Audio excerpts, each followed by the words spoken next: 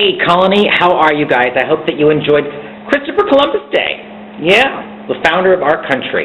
Well, it depends on who you're talking to. I've been to a couple Indian casinos where they would say something completely different. Because that's going to hurt Indian people, I believe, when we have, like, Columbus Day. Have we ever stopped to think about what they're going through and what they're thinking at this point in time? I've never done that until just this very second. I will never celebrate Columbus Day again.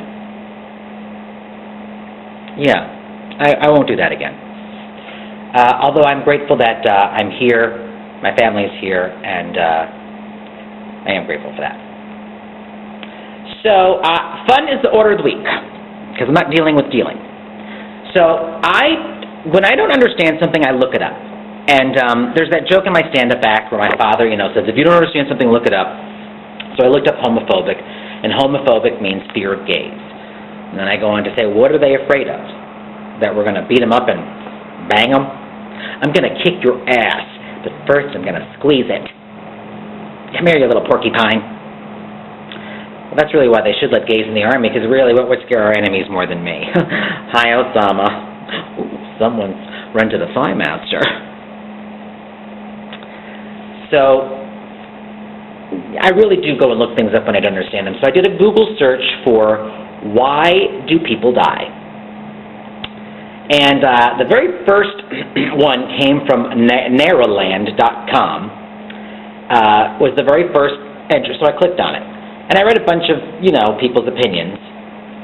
But then a person named Emily Quinn was her username. On January 22nd, the year 2000 at 8:34 p.m., wrote this. And this changed my life in an instant. I'll read it to you.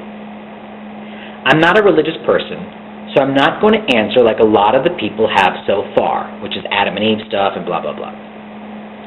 But I believe people die to make life important. I don't know if this needs an explanation. It's a fairly simple answer to me. If people didn't die, there would really be no point to live life to the fullest. Since there's a limit on the amount of time we have, we do the things we want to while we still can. I try to live that way anyway. I have never thought of it like that before. Never. Thank you, Emily Quinn, for putting a little bit of sense and a little bit of order into the chaos that seems to be going on around me right now. It makes life worth living. You want to live it to the fullest because you have just a short amount of time here. So you do the things that you want to do because you don't have much time and you want to get them done. And thinking about that, how many times do you hear people go, well, I'm too old to have a baby? Because in your mind, you know that there's a finite length of time that you're here. Or I can't start that job or that career now, it's too late in life. Yeah.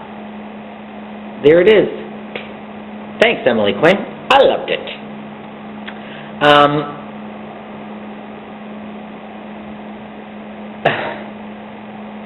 I had lunch with my friend Nola today. She's a riot. She's so funny. She worked on High School Musical with Kenny Ortega, who's just a brilliant director, I believe. And she's just the greatest person in the world, Nola. I just love her to death. She called me at the last second. She's like, what are you doing for lunch? I'm in the area getting, a pedicure. And I thought, well, I can meet for lunch.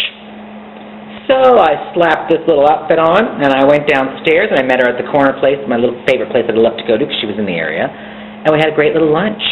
Yeah. So that was a highlight today for me. The other highlight is, I'm sure some of you have heard, if not, Celebrity Fit Club 7, it looks like has been picked up for another season. Now, no one's called me yet about hosting the show again this year, so we'll see what happens with that.